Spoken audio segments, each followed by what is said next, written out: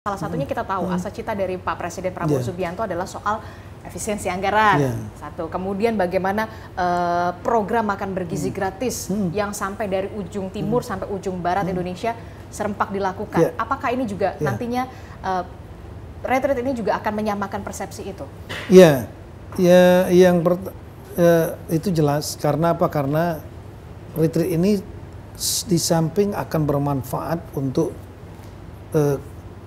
kerjasama antar daerah, karena adanya hubungan emosional terbentuk, saya sangat yakin akan terbentuk hubungan emosional. Mungkin nggak semuanya, tapi sebagian besar sudah saling kenal nantinya. Dan itu akan berlanjut pada mudah mereka berhubungan. Nggak bisa satu daerah bekerja sendiri, dia harus didukung daerah-daerah lainnya. Ya. Dan kerjasama, baik tingkat antar beda tingkat ataupun satu tingkat. Nah, di samping itu nanti kan ada materi selain Lemhanas kan 2 hari pertama. Oh, jadi Lemhanas itu 2 hari pertama ya, Pak Tito ya? Untuk merefresh kembali, saya nggak mengatakan menanamkan, sudah tertanam, merefresh kembali nilai-nilai patriotisme ya, yang pro rakyat, pro kepada bangsa, kepentingan bangsa, nilai nasionalisme, dan itu dibuat modulnya dalam kemasan saya tahu menarik. Karena tidak one way, tapi dalam bentuk diskusi kelompok. Nanti dipecah dalam 5 kelompok mereka. Nanti kelompok setelah itu paparan. Dia berikan pertanyaan-pertanyaan, setelah itu nanti tentang kenasionalismen, patriotismen. Setelah itu nanti akan diskusi kelompok. Sehingga akan menarik. 2 hari. Dan setelah itu 4 hari berikutnya diisi oleh para menteri.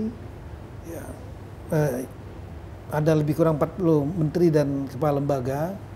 Dari pagi sampai malam ya. Oh, jadi itu 40 menteri akan mengisi? Menteri dan setingkat kepala lembaga setingkat menteri.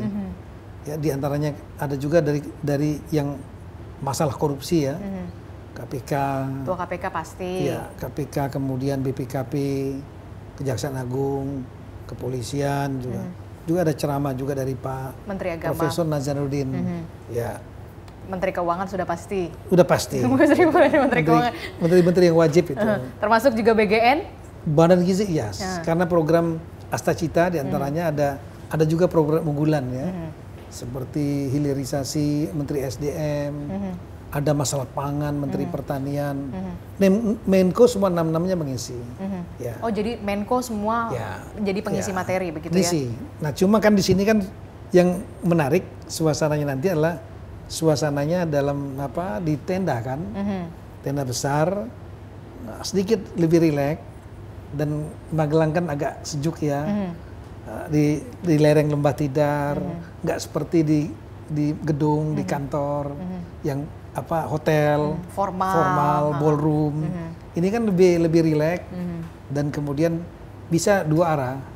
Kalau kemarin di Sentul kan one way dengar aja seharian, ini kan 4 hari sehingga punya waktu untuk di samping mendengar, kepala daerah bisa mendengar apa saja sebetulnya program dari pemerintah pusat yang mungkin mereka bisa tangkap untuk kepentingan daerahnya. Salah satunya makan bergizi gratis. Makan bergizi, masalah hilirisasi misalnya, ya semua komoditas ya. Kemudian juga misalnya masalah pangan, membangun irigasi, pupuk.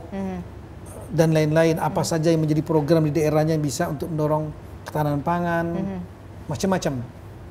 Nah, seperti tadi makan bergizi gratis, peran daerah untuk menangkap peluang itu, karena ini ada anggaran yang cukup besar akan berputar. Daerah menggerakkan supply-nya, ya supaya masyarakat nanam sayur, nanam apa gitu, beternak, sehingga bisa diserap untuk kepentingan program makan bergizi gratis ini. Nah, ini sebetulnya bisa mendengar langsung dan bisa nanya dan bisa memberikan masukan. Jadi juga feedback bagi pemerintah pusat. Jadi komunikasinya 2 arah. 2 arah, 2 arah. Feedback bagi pemerintah pusat. Nah, ini akan membuat harmonisasi program pusat daerah dan otomatis akan membuat terjadinya efisiensi.